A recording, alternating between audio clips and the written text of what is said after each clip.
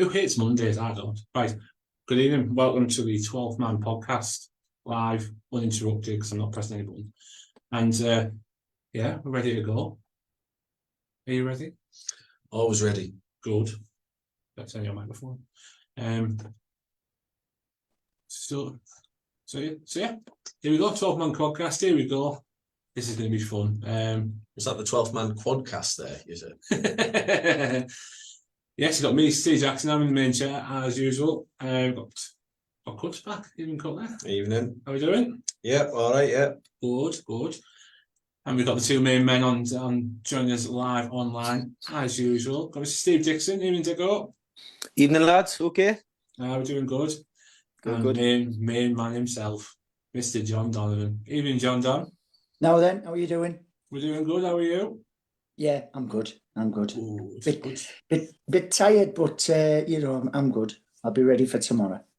I look forward to tomorrow. It's going to be a good one. It's a big week coming in this one, so yes, need everything. But we'll talk about the week coming up very soon. We'll start with a bit of sad news, really. Obviously, it came out yesterday. Did it come out yesterday? Or was it Saturday night it came out? Sunday, yeah. Sunday, yeah. I'm sure I saw some Saturday night. Someone had mentioned something. I thought that's a bit weird, but I couldn't find anything. But the sad news of Terry Venables passing away aged 80 after a long illness. Obviously, famous for his Barcelona days, his stint in England, Euro '96. He one of our many penalty shootout defeats. And also his stint at the Boro, his 6 months at the Boro, where he basically saved us, didn't he? We looked dead and buried under Robbo. Yeah, he did indeed. He came in and did a decent job. Made Paul O'Connor look like a good footballer for about 6 months or so. Yeah, there was a few that were awful back now when you look back. Yeah, like I say, at the time, Robbo was struggling a bit. Gibbo brought in a bit of experience with Terry Venables, and it worked. It was sad news. He'll go down as one of the best English coaches. He's been spoken about really highly by Gary Neville. I saw Robbie Mustoe yesterday, who said not only is he the best coach he's worked under, he was the best coach by a long, long way. So that says a lot as well, especially if Gary Neville's saying that. I mean, look who he was managed by. Well, yeah. You know what I mean? He was managed by one of, if not one of the greatest managers in football history, Sir Alex Ferguson. So, John Don, your memories of Veltel? Well, it's all good, isn't it? All positive. I mean, I think one of his biggest achievements at the Boro was getting a tune out of Boxic. You know, we all knew what a player he was, such quality. But for whatever reason, Brian Robson didn't manage to get him starting games as much as we would like. And once Terry Venables come in, we saw Boxic starting games, and you just saw how influential he was, because he was quality, he was world class, and that was a real big step in improving our results. And like you say, we climbed away from the danger zone, thankfully. So yeah, big, a massive boost to Middlesbrough for 6 months while he was here, and it can't be underestimated. Exactly, it was Like it's began with, he saved us from relegation for me. He really picked that team up. But take all your memories. Yeah, I remember Venables coming in, and we needed at the time. Robson was under a little bit of pressure, even though Robson was a fantastic manager for one, a legend. He was under a little bit of pressure at the time, and it probably wasn't the best thing to have two managers at the same time for Brian Robson, because it undermined him a little bit at the time. And it probably should have been Robson should have went then, and Venables should have taken over full time. But that was a circumstance at the time. And you come in, and the first thing I thought about Terry Venables was how tactically away he was. And people go on about he was ahead of his time with these formations, and he was like Pep Guardiola before Pep Guardiola was. And when he come to Middlesbrough, the first thing he done was sort the defence out, because we were leaking goals left, right and centre. And he come in and he made we hard to beat. And I remember we're beating Chelsea at the Riverside. I think it was 1-0. And Dean Gordon scored a rake at the North Stand. Yeah. And we just defended for our lives and beat them 1-0. And straight away, it was like a massive shift change on how Middlesbrough played. And I had a look just when he was at Middlesbrough, his record. And before he came to Middlesbrough, Middlesbrough played 17 games that season under Brian Robson. We only had 11 points when he come in. And Venable's come in for the final 21 games of the season, and we only lost 4. Yeah. We ended up with 31 points, won 7, but we drew 10. Now, those 10 draws was really what saved us because he made us hard to beat. He made the defence solid, and we could always nick a goal because, like John Don's saying, you got to tune out Alan Boksic, who could just chip in every now and again with a little bit of quality. So it is sad news because regardless of his spell at Middlesbrough, he was a character and he was, a person and a celebrity that you warmed to a little bit like you warmed to Brian Clough. He had that sort of charisma, didn't he? Euro 96 and everything. So yeah, really sad news. And a great manager.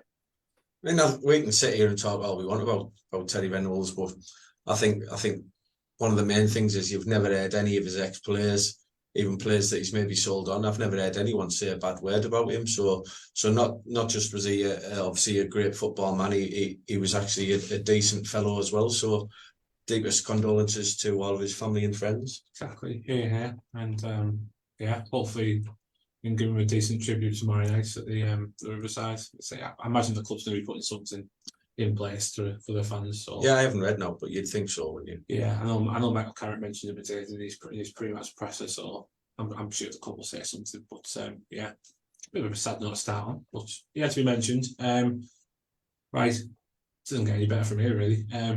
Right. I hope it does. Well, the next bit might not, but right. So Bristol City, Saturday.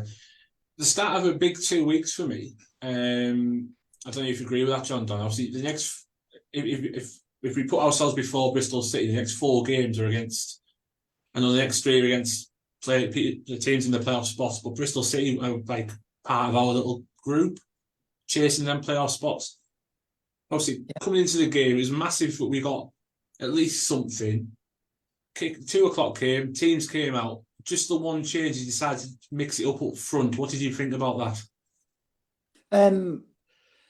I wouldn't have made any changes personally, but he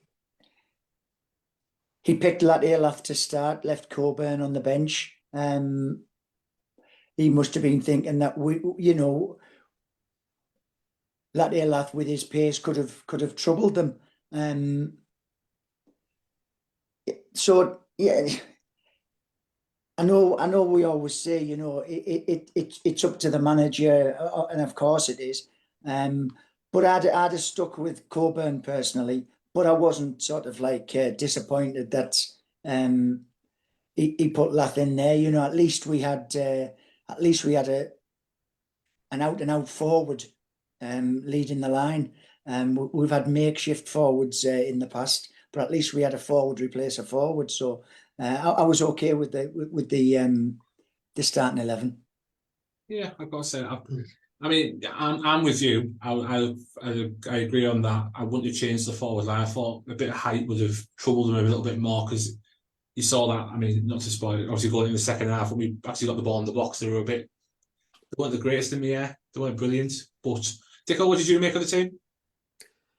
I was the same as John. I was happy with it. To be fair, it was probably the strongest team we could pick. But the only thing was, I thought, like what John's saying, it was a tactical reason. Maybe he thought Lattialath's pace and movement would be better against Bristol City rather than holding the ball up with Josh Coburn. But I read today, apparently it wasn't. Apparently Josh Coburn's been carrying a couple of knocks, and it wasn't a tactical reason. It was Coburn's been carrying a couple of knocks, and they decided to start with Lattialath and give Josh a little bit of rest time before Preston. So I don't think it was a tactical reason, as I thought, the same as John. But yeah, I mean, it's the strongest team we could pick, I think. Let's be honest, it's a team that beat Leicester City, who are probably going to be champions this season.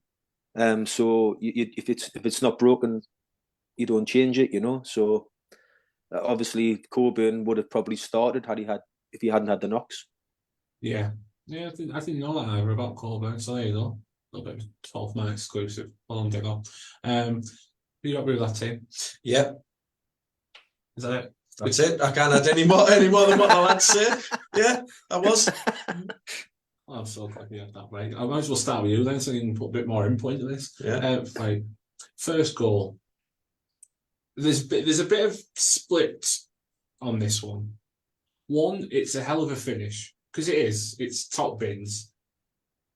Two, does anybody want to close him down? There was 2 or 3 that had the chance to go in. I'm going to let you go now because I've just unleashed him. You can say, does anyone want to close him down? Sick of saying the same thing over and over again about the same player. If he'd have went any further back, he'd have been in with our fans. What's he doing? Honestly, I'm watching it and I'm screaming at him for 3 seconds at least. What are you doing? You can't. It happens over and over again. It's not the first time he's done it. I'm sick of repeating myself. So I'm a bit of a spoiler here. I'll drop him tomorrow. He's undropped. Why doesn't he ever get dropped? And it's happening over and over again. Yes, he's had some good games, but other players have been dropped for less. And it keeps happening with him. Can you just confirm which player it is? He wears number 6. Okay. Right, that'll do me. Dicko, are you in agreement about the goal? Did you think it was a screamer? Did you think it was backing off too much? Bit of both? What were you thinking? It's been a problem all season, this, and I don't know if Middlesbrough's defenders have been coached to do this, because it seems to happen too often that when players are running with pace, that would seem to drop off. It's almost like we're encouraging them to shoot. We've conceded, Queen's Park Rangers at home, West Brom away, Exeter City in the Cup, similar Plymouth away, and Saturday, and I'm sure there's another one as well. But I can't believe that the coaches at the club, and in particular Jonathan Woodgate, is allowing this to happen, because, yeah, we're unlucky, in the fact that they flew in the back of the net and off the crossbar, unsavable goals from 20, 30 yards on probably 6 occasions this season. That's unlucky. But it's also no coincidence if your defenders are constantly backing off and giving them a chance to shoot. Somebody's got to go to the ball and close the lines and make it more difficult for them. And Saturday, to me, was very similar to the goal we conceded against Plymouth. And I know you're blaming Dale Fry, but I would also have to say Rav Vandenberg's got a hand in that as well, because away at Plymouth, if you remember, Rav Vandenberg didn't know whether to close the ball or go with his runner down the side of himself, and he chose to go with the runner, and he followed the lad down the line, and the Plymouth player just took this touch inside and curled it in the top corner. Now on Saturday, the same thing happened. The lad comes in from the left, and Rav Vandenberg is first and foremost there, and Dale Fry slightly behind him. And Rav Vandenberg, again, you can see him. Do I go to the ball? Do I close the man going wide? And he chooses again to go with his man who's going down the line, and he leaves him. And then it's up to Dale Fry to make that impact and close the space. And Dale Fry does what he's done for whatever reason on numerous times this season, to back off and try to jockey him, going backwards. And the lad takes the opportunity with the extra space he's got, puts it in the top corner. Now, the most important but disappointing thing about the whole game on Saturday for me regarding Dale Fry was he didn't learn his lesson. He kept doing it. And late on in the game, when Middlesbrough were pushing to try and get the equaliser, if you remember, Bristol City broke on late on, and the lad goes through, and Dale Fry does exactly the same. Backs off, and for a great save by Senny Dieng, he keeps winning the game. So I would like to hope that the Middlesbrough coaching staff are now, looking at this and think this is a bit of a problem for us, because you can't continue to keep doing the same thing and blaming you know, it's a great goal, it's a great finish. You know, let's praise the opposition players. There's things that Middlesbrough defensively and tactically should be doing better. To stick up for Dale Fry on that occasion that you mentioned later on in the game, he was on a yellow, and he was unlucky that he hadn't got a second yellow. So I can maybe understand his caution at that point with a yellow card against him and firmly in the referee's sights. But for the first goal, no, somebody, whether it be Vandenberg or whether it be Fry, take ownership of that passage of play and try and close it down. It's like you said, Steve. It's not coincidence. The word must be out now from scouts watching our games. Run with the ball, and you'll get the freedom. And then when you think it's time to unleash a shot, you'll have it. You'll have the time because Middlesbrough just aren't closing down. Like you said, Steve, time after time. And it's frustrating. Yeah, they've all been fantastic finishes. But you know what? The Championship's the second level of football in England. The Premiership is obviously the top standard, but there's still a hell of a lot of capable players in the Championship. And we've seen that to our cost, who can finish well, given the time and given the space. And that's what we are giving them. We need to address this situation very, very soon. I'll tell you one thing that I want to see happening, and he's been absolutely outstanding for us this season. I want to see Dieng, when he's getting beat by some of these worldies, coming out and absolutely roasting these defenders. Throw his hands, do something. It might not be in his mentality or whatever, but I'd love to see him come out and absolutely roast them. Yeah. Throw some hands or, whatever. Show him how unhappy he is with them backing off, because he must be sick to death of getting beaten by worldies. It says it all, because the fans behind the goal, the fans watching it wherever, we're all saying the same thing. Close him down. Because for me, it was the same at Plymouth when whoever the lad was at Plymouth that scored, I can't remember his name. Ali Mumba. There you go. Thank you. He's obviously scored a screamer. As soon as he hit it, I went, that's in. As soon as the lad on Saturday hit it, I went, that's in. Because there was no one place it was going. And don't take anything away from them. That was a great finish from their point of view. But 100%, it's happening way too many times, this. So you put the fault of Dale Fry. I tell you what Dick was saying about Vandenberg, but Vandenberg's also got to watch the winger or the fullback that's overlapping. The onus for me is 100% on Fry. Yeah, when he why I said Vandenberg was if you're a fullback, yes, you're going to watch your man and you want to keep him quiet and make sure it's not on you. But at that moment in time, the danger is coming down the middle. Vandenberg, like at Plymouth, he's got to go and attack the ball and stop the shot. If it goes wide and the player's got the freedom to go down the wing and cross it in, so be it. But the player's still got to go down the wing, cross it in, and with a perfect cross, and somebody's got to attack that cross and still score the goal. That's a hell of a lot more difficult an outcome than somebody just having the freedom to run through 25 yards out, 20 yards out and ping one. Well, so Vandenberg as well needs to wise up, and if he's got to go and close the ball and leave his man, he's got to do that. But he's a young player, he's learning, and like I said numerous times, Vandenberg isn't a fullback, he's a centre back. So he's out of position anyway. So for me, he shouldn't be playing there. But once I think once a Bristol City player moves inside, our midfield were nowhere near him. So Fry has got to make the decision to attack that ball. He doesn't need to put the tackle in, but he needs to get closer. Because like I've said before on here, if you approach the ball, it gives the man less of an angle to see the goal because you were blocking that. But he carries it and he carries it and he carries it, and he must think, well, I'm in range here, I'll give it a go. And like I said to you, Championship players, yeah, they're not of the quality of Premier League, but they're still capable of finding the target. And it's just so frustrating when it's happening time and time again.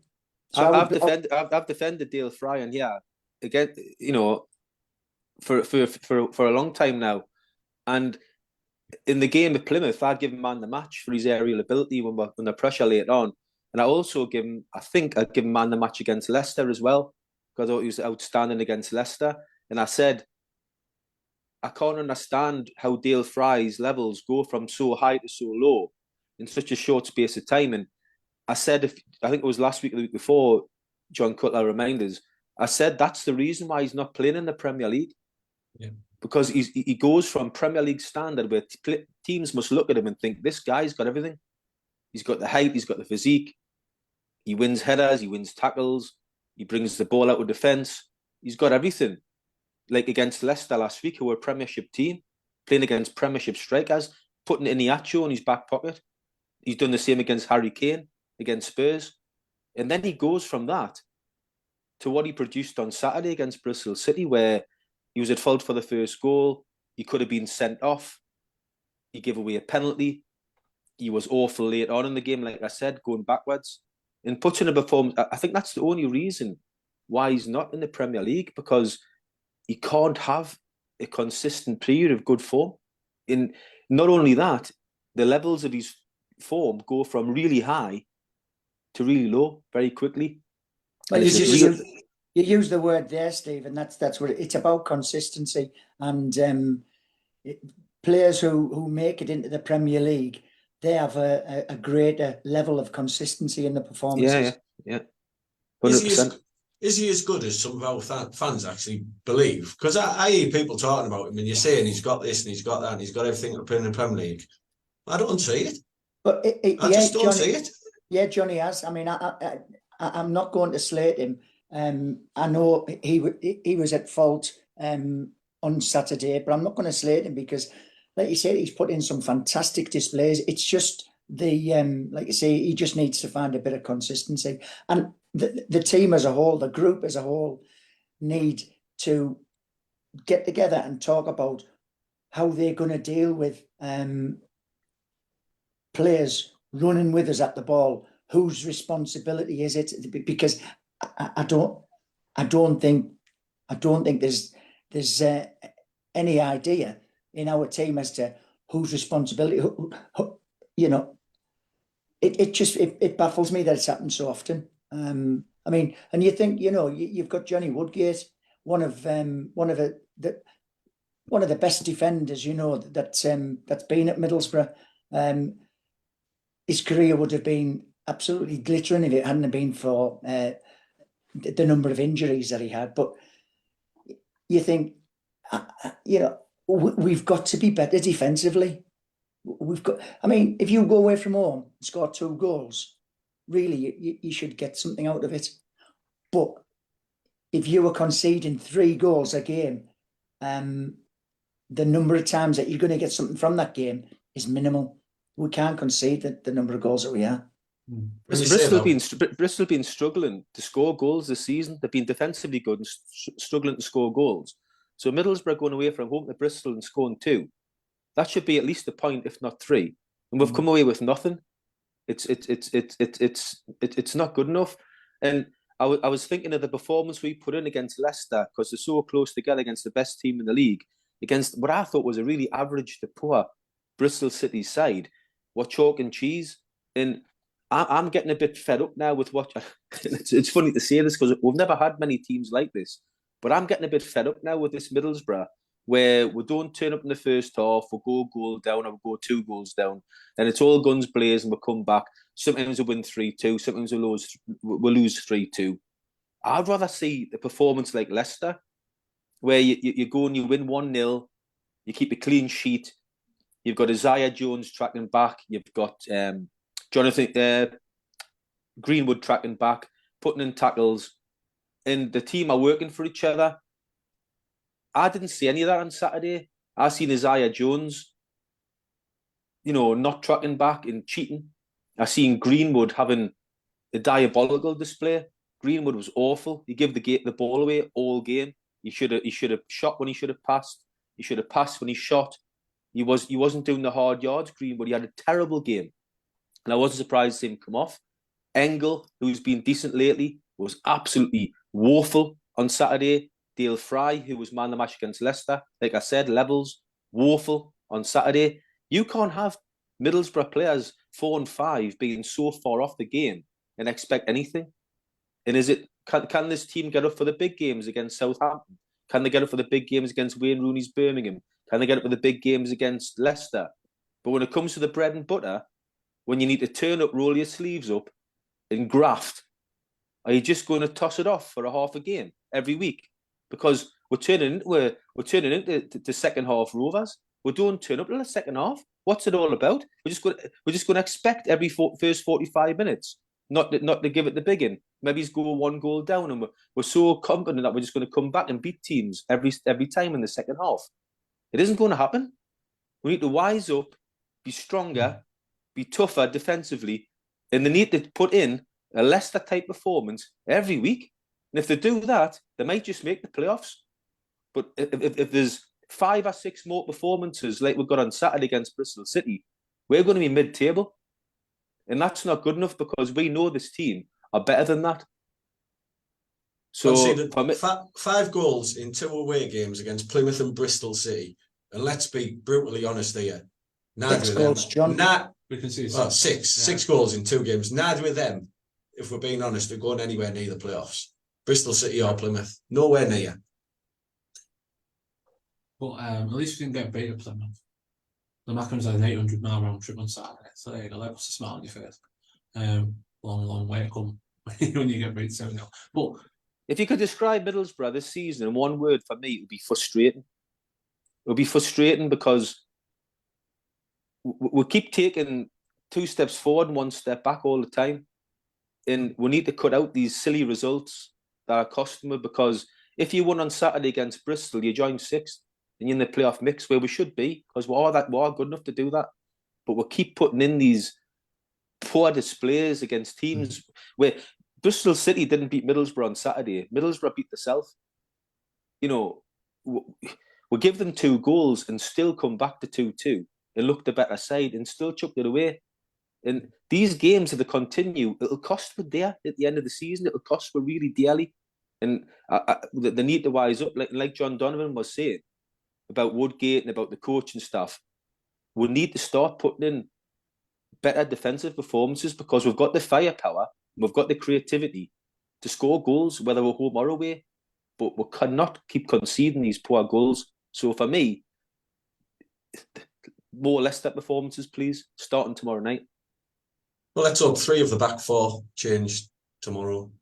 3 out of the 4 of them change tomorrow. How are you changing? Well, Fry comes out for me and I put Matt Clark in. I'd start Dykesdale at right back and Bangura's coming in for Engel. So there's 3 out of 4. I'd leave Paddy in. I hope Michael Carrick starts showing a bit of a ruthless streak, because we're on here, we're talking about the same things every single week, and yet certain players are playing every single week that for me shouldn't be. So let's see what tomorrow brings her. And who said the Jeff Stelling rant was a good one? I've just had 2 of them. Superb. Right, 1-word answers from all 3 of you. Penalty, yes or no? Start with you, Cut. 100% it was a penalty. Okay. Did it go? I'm not sure, if I'm being honest. I've seen different angles, and I think he took a little bit of a dive, but it was a clumsy challenge. So I can see why it was given, but I'm not so sure it was a penalty. Longest 1-word answer. Having said that, I think he should have been sent off before that. I think that was a red card, but I'm not so sure it was a penalty. There we go. That was 100 words. Unsure. John Dan? Yes. Yeah, I'd have been screaming for it if it was the other way around. He may have got something on the ball, but clumsy's been used there. The word clumsy, and I think it was rash, clumsy, but it should never have come to that. I mean, Engel, I just don't know what he was doing. To be honest, I don't know what he was doing. To just flick that header to the guy behind him. I don't know. Yeah, it's crazy. It just error after error, and we're punished. But like I say, I mean, first half, we were controlling the game without being threatening, but we had lots of possession, lots of neat passing.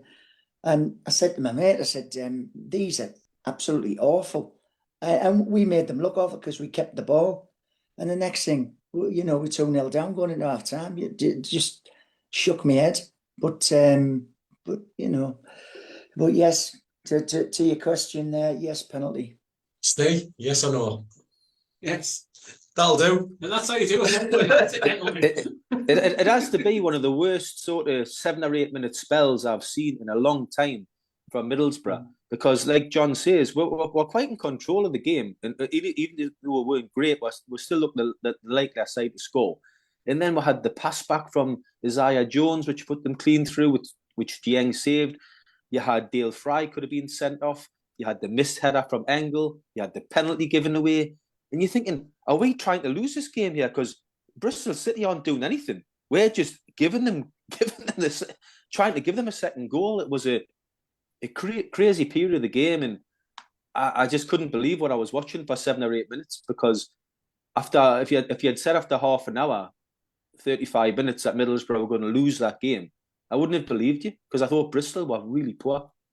You'd have said it after 52 minutes when it was 2-2. You'd have never believed it even. Yeah, true. Yeah, I did say that, John. I said to people around me, I said, only one team going on to win this. Yeah. No, I was wrong, wasn't I? Yeah, I mean, I'll quickly go over the first goal. I mean, well, what's the defender doing? Like, if I was a Bristol City fan, I'd be going mental. Absolutely mental. No pressure around him. And he nods it in top corner. What's he doing? That was a great finish. I mean, it was a great finish. Fair play. I'll be having a look at him in January. But yeah, after that, you think, right, that's lifted us up. And then that second goal, good little play down the left-hand side, got him the ball in the box. Good little touch from Crooks, and he finishes. You know what I mean? 2-2, and you think, hey, up, where's this come from? Has the Carrick rocket actually come out and has pushed these on? Because we looked a completely different team, didn't we? Don't we? Yeah, that second goal was all down to us pressing them, and then we robbed the ball. Greenwood made the tackle, robbed the ball, and the ball he put in to play Matt Crooks was absolutely pinpoint. It was superb, and a great finish by Crooks. And as you can imagine, the fans in the stand went crazy, because 10 minutes.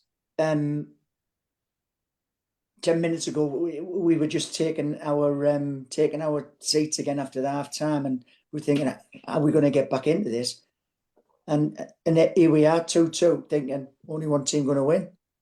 It's you get ourselves back in the game, and then don't press it home. It's frustrating. Like Dicko said, frustrating. Was any of you fellas the same as me, a bit frustrated that he took Matt Crooks off? Because I thought Matt Crooks was having a decent game. He struck the crossbar, with where we got the first goal from. He scored a great finish.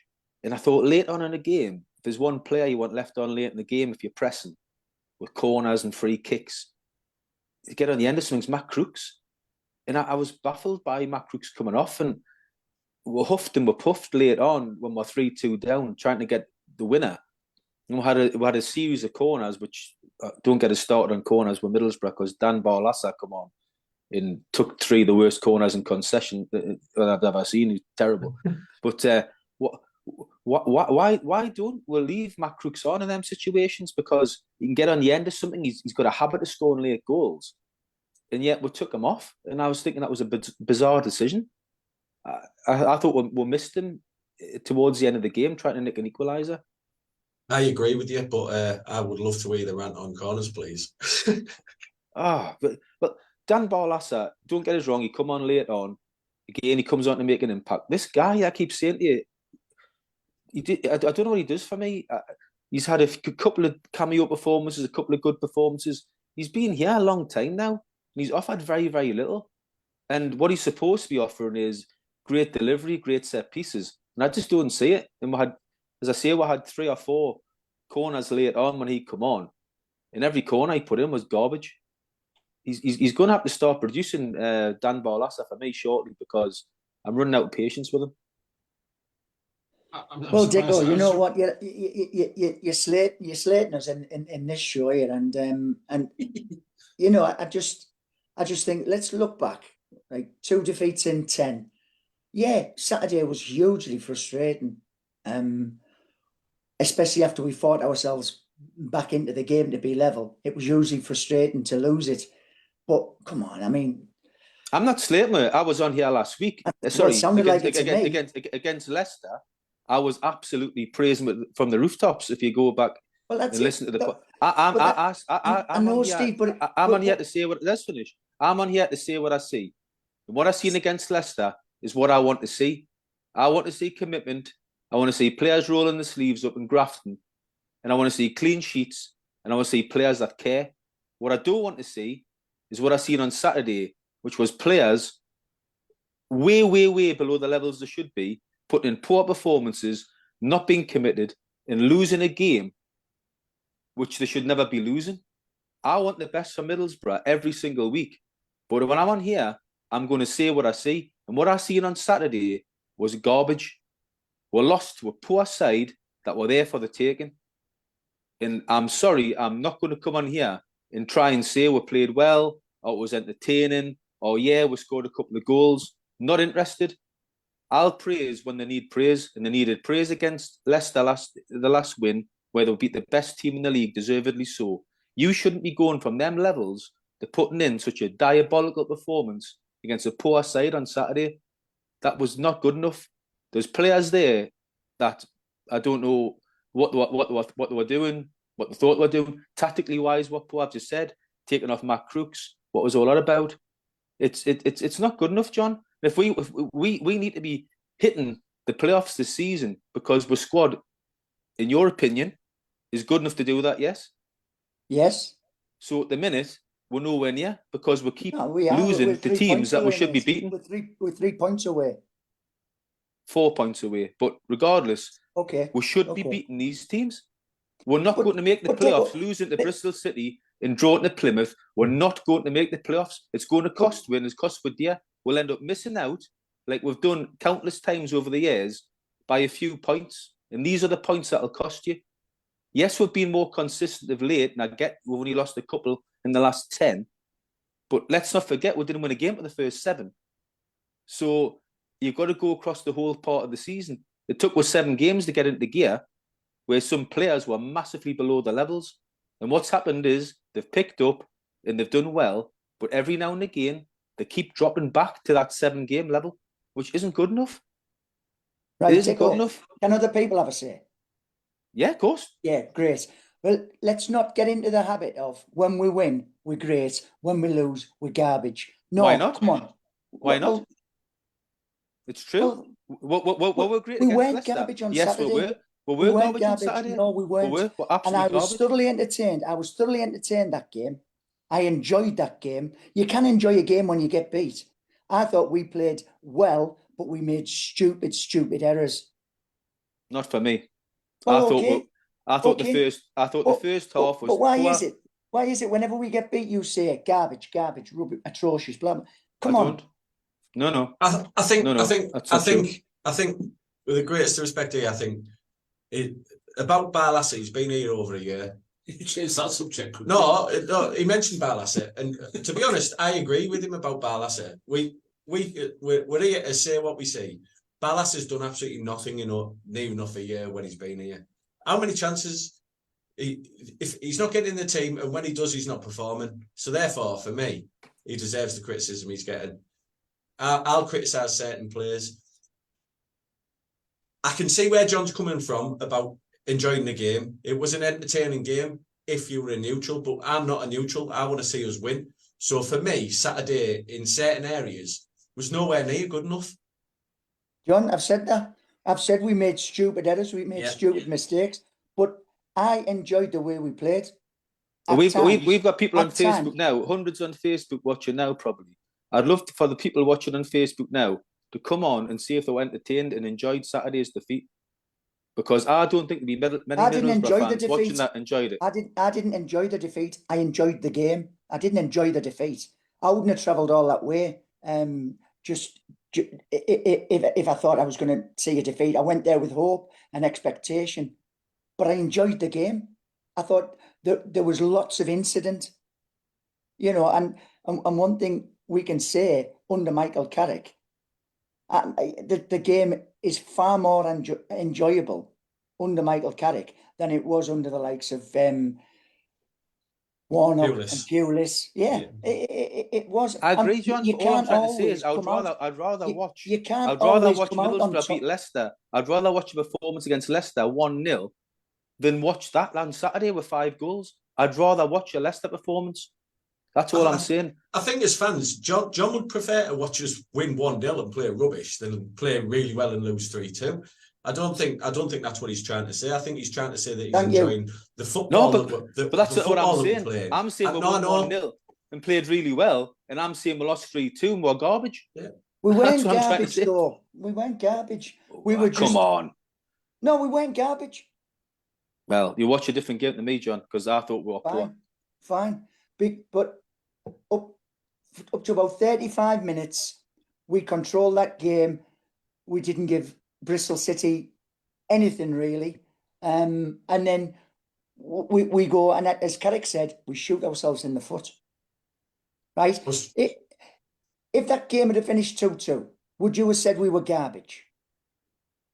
I wouldn't have said we played well, 3-2. I know it's irrelevant, right? It's hypothetical rather.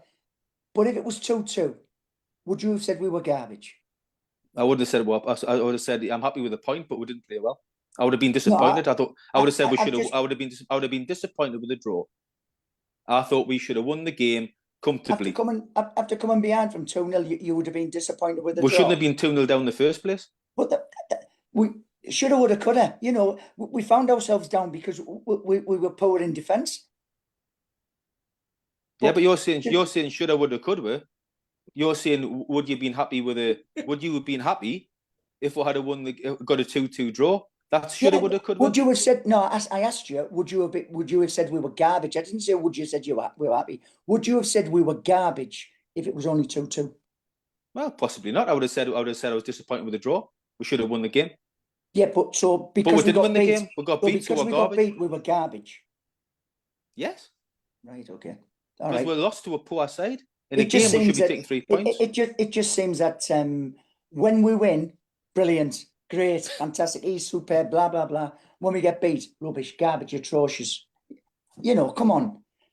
We can't just be like that. I can.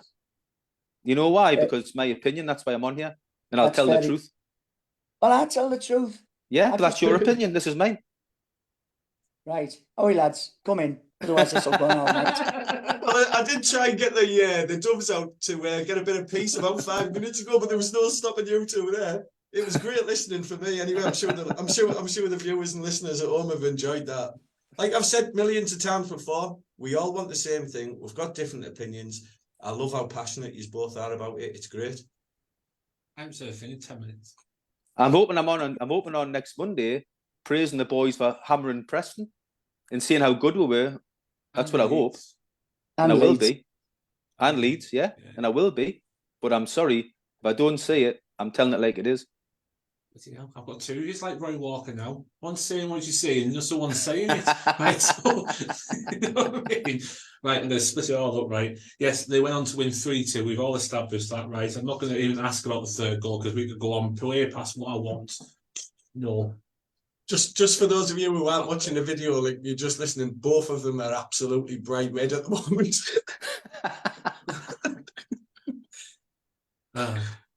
Well, anyway, the third goal, I'll just briefly gloss over it. It was terrible, terrible defending, switching off. Correct. The ball went to the back post after Dieng pushed it there, and I think it was Greenwood didn't react, just stood and watched it, and the number 17 for Bristol City came in, smashed it home. Yeah. He shouldn't have had that free hit again. Bad errors. Yeah, but at least you're entertained. One word answers, boys. One word answers. Ready? One word answer. Man of the match. Dicko? Senny Dieng. I agree. That's 2. Go on. John? Brooks. Crooks. Jackal? Yeah, Crooks. Yeah, I'm going to Yang as well. So 2-2. Fair dues. Yeah. Nice. So, Okay. so we've got 15 minutes to cram in 2 games. Let's go. Wow. Okay, Well, here we if go. Dicko gives us a chance to speak, we might. You've got a cheek, lad. For people without subtitles, that is, you've got a cheek, lad. Just so you know, just in case you didn't quite get that, you said that very quick. Right, here we go. Preston. This is the start of a big week for me. Really big week. Because Preston are 6th. 6th. They're in there. They're in the playoffs. That's who we're targeting. It's a home game. We've got to target that with a win, haven't we? There's no ifs or buts. It's very early in the season, but is it a must-win game Yes. tomorrow? Oh, God, yes. For me, yes. They're a promotion rival, playoff rival. For me, it's a game we've got to go out there tomorrow and react to what we saw on Saturday. Yes. No matter what you did see, but for me, it's a game we've got. It's a Lovely. game we've got to go and win tomorrow. Put down the marker. Absolutely. It's I mean, you can hear in the background, it's not going to be the greatest of weather tomorrow. It's going to be one of those, dreary Teesside nights, which we can work to our advantage. We've done it many times in the past. There's going to be an expectant crowd there. It's going to be a big crowd again. Yeah. Which I'd love to see on a Tuesday night. Nothing better than the sand and the lights. Pitch will be nice and slick. Aye. There you go. So if we haven't sold that to you, then, well, I don't know what else I can do for you. John, do you look forward to it? I am, yeah. Yeah, I love a night match. Games are coming thick and fast. Yeah, we need to bounce back from the mistakes that we made on Saturday.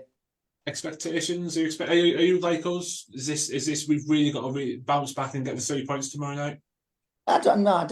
I wouldn't personally class it as a must win. Obviously, I want us to win. But if it ends up being a draw, be okay. They're a team above us. They're a team doing okay, doing well. They're currently in the playoff spots themselves. Mm-hmm. But it's November, right? I'm not going to throw anything away in November, and I'm not going to say that we're going to get promotion in November. But it's not must win for me. But I want us to win tomorrow. I want us to sort of bounce back from the Edistone game that we saw against Bristol City. And do you know what? Let's be entertained and get a win. Aye. Oh God, that spirit's getting stirred again. Love it. Look at that cheeky grin. I know. I'm just poking the nest. I know. I'm about to put my armour on. So, Diggle, what changes would you make? Changes. Well, obviously Bangura is going to come in at fullback, and to be honest with you, I would have had him on at half time anyway in the last game.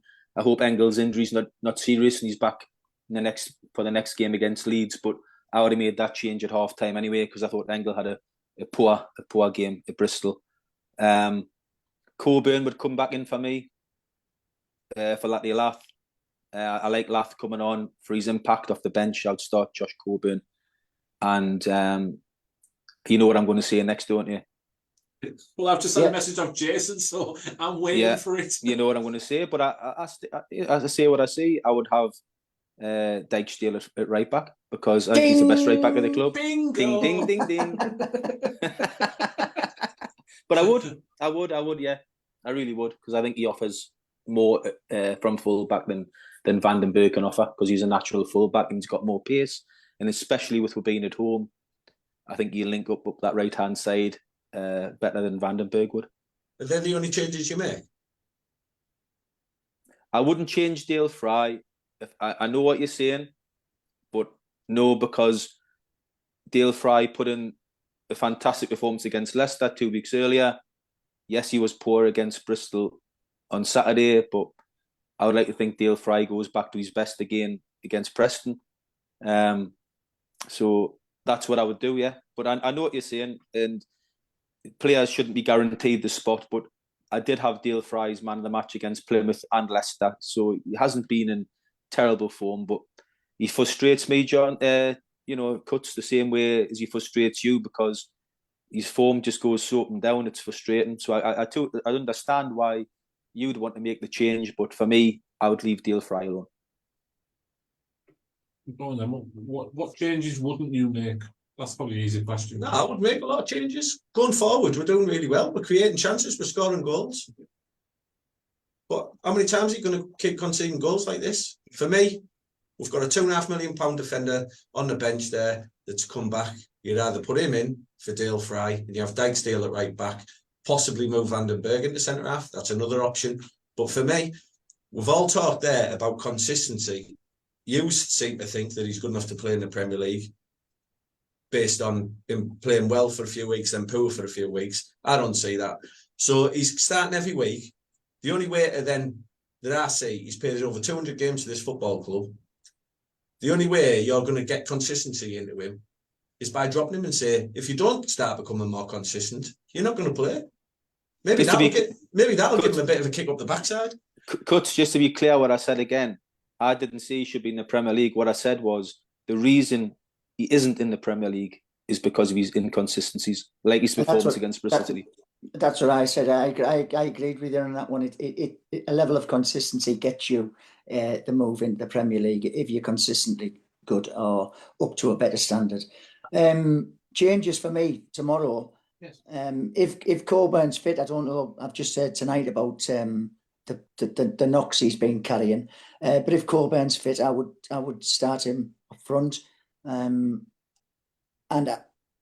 obviously Engel will probably miss the game, so yeah, put Bangura in, and that's it for me. I would stick with Fry, I would stick with Van den Berg, I would stick with McNair, but I would just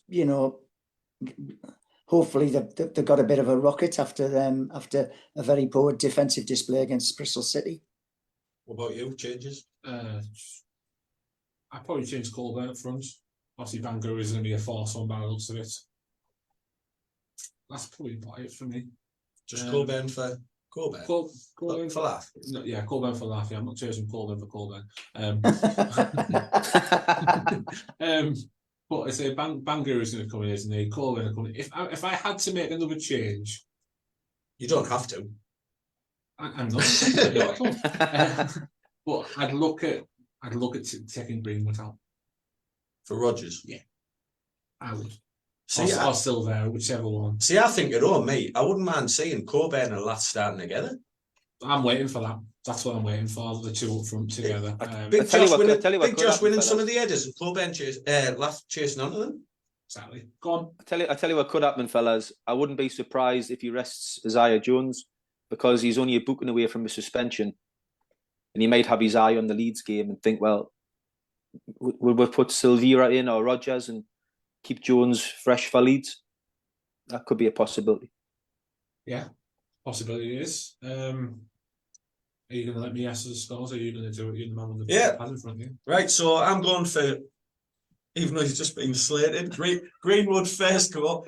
Greenwood anytime, 3-1 Boro. You've just dropped him, haven't you, John? No, I didn't drop Greenwood.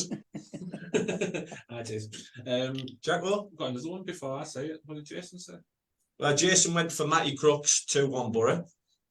He also messaged and said bingo. Yes, he did. So he put that on Facebook Live. So yes, he's got a full house on his goal bingo. John Don, what are you going for? 2-0, Hayden Hackney. There you go. I think we'll bounce back. That's the type of team we are. We'll do well against the better sides. I think we'll nick it 2-1. Do I go? Should I gamble that Coburn's going to play? Yeah, go on. I'll go 2-1 Coburn. Jackwell? 2-0 Boro. First goal? Well, got any time goal scored? Paddy McNair. Oh, that'll be a nice one. Mm. It's about time we got another Tuesday night special coming. So, yes. 5 minutes to preview a massive game on Saturday now. I know, this is massive, isn't it? This is massive. One, because obviously it's Leeds United. And two, first time since Sunderland. You're going to be there, aren't you? Oh, I'm looking forward to it. Yeah. Could be it could be a really, really long day with this one. But it's a tough game, this one. As much as you like to laugh at Leeds and this, that, and the other about them, it's a tough place to go, isn't it, Elland Road? Really tough. So as a player, surely you relish these atmospheres, don't you? If you're striving to be a Premier League footballer, this is exactly what you're playing football for, isn't it? I said I love going to Elland Road. I love the intimidating atmosphere. It gets me going. I love the bouncers on the turnstiles that look at you and to try and ask you for your ID. I love that sort of atmosphere. You know what I mean? It's gonna be tasty. It's gonna be good. It'll be nice. Nice, yeah. It'll be nice. Saturday afternoon straight. And it'll be even nicer after a Hayden Hackney 1-0 win. I won't say mine yet, but you may drop out your chair when I tell you what I think tonight. Jason went for Coburn 1-1. Yes, he did. John, do you look forward to Saturday? Yeah, I am. Yeah. I don't like the away enclosure at Elland Road. It's crap, basically, But I still like playing them because we're close to their fans in their south stand, and it's always good crack. So yeah, I'm looking forward to it. And we went into a hostile atmosphere at the Stadium of Light and come away with an emphatic victory. We've got to be up for it, because one thing they'll do is they'll fight like hell. That they'll be physical. They'll fight like hell. That's before we go in. Yeah, that's it. Yeah. So yeah, I am looking forward to it. Should be a good day. Yeah, I like Elland Road. When I go and put my flag down, I earn at least 20 quid. The amount of stuff I get chucked at me is amazing. I love it, me. I just pick all the coins up and go, well, thank you very much. You know what I mean? That's my pint paid for. Well, you're going to go for a prediction, John? 0-0. No, I'm not. No, I'm not. I'm gonna go 2-1 Boro, and laugh as an anytime scorer. Okay. Nico? I think it's going to be a tough afternoon. Obviously, we haven't got Greenwood because he's obviously can't play against Leeds. So I'm praying we don't get any injuries against Preston, because the squads are looking a little bit stretched. I'd be delighted with a draw. So I'll go 1-1 Dale Fry. That should get some odds. Just because he's been mentioned in the show time and time again, I'll stick him in. Oh, you never know. Write it down. Preston. Dally went 1-1 Crooks. Yeah, I forgot about that. Obviously. That's Marco, isn't it? It is. 4-2 Boro. Bloody hell. 4-2 Boro. Who's going to be the anytime goal scorer in that? Anytime goal scorer, it will be Morgan Rogers. Wow. Can you imagine? Could all retire on that. I won't go that far, but I'll be putting cuts over a wall at Elland Road, I'll tell you that. We'll all be over the wall if it's 4-2. I know. I mean, you said then, John, about the away, and the one reason I don't like it is because the concourse is split in two, and the upstairs concourse is horrendous. It's like a corridor in a school. I don't like any of the away sections that are on the side. Villa, I don't like that on the side either. Well, upstairs didn't serve booze for the playoffs, so it says it all, really. Oh. But no, you're right. Get me behind the goal. That's where I love being. That's where I'll be tomorrow night. Not many tickets left in the North Stat. Well, box way free, isn't there? JT, there's only a couple left. Yeah. It's quite good because we've seen a definite improvement in the noise and the numbers of people who sort of join in. So it's good because I enjoy the game more when you're getting behind your team, and I'm sure it offers encouragement for the players. So we just keep it up, don't we? That's it. That's all we can do. I say we give our all. We just ask for the same back, really. Whether it's good enough, we don't know. But we'll only find out in our coming week, won't we? So, yeah, bring on the goal fest at Elland Road on Saturday. That's all I'm saying. I'm just thinking of all the stick I got last year for some of the scores I picked up, and nobody said anything with them about 4-2. You all laughed. You all laughed. I can't wait to laugh at this next Monday. I hope you're right, mate. I hope you're right. I know. Can you imagine? No man will be pro 4-0 leads. I don't want to go through that. I don't want to go through that again. But and on that note, that's it done. Finished. Finito. Right, lads. All three of you. I'll see you tomorrow night. Yeah. Diego, can I just say I still love you? See you Tuesday, John. See you Tuesday. I'm ready for you. I'll see you Tuesday. and the music that's playing to us out tonight is Eye of the Tiger. Which one of them Sylvester Stallone? Oh, I wouldn't like to say. But yes, yeah, we'll hopefully see you all tomorrow night. Please, keep liking, commenting, subscribing. Thank you so much for listening. It's we do it for you as much as us. It's we love it. You know, we may talk so much rubbish. Well, these two might on my screen because they've took half the show. So I couldn't control them this week, so they've just done what they wanted. And we'll talk again next week. Hopefully with at least 4 points on the board. Yeah, we'll go for the big six. The big six. Yeah, well, there you go. Go on, Boro. Confidence from coach. Let's have it. Up the Boro. Yeah, the Boro. Cheers, lads. See you Tuesday, boys. See you later. Ta-da.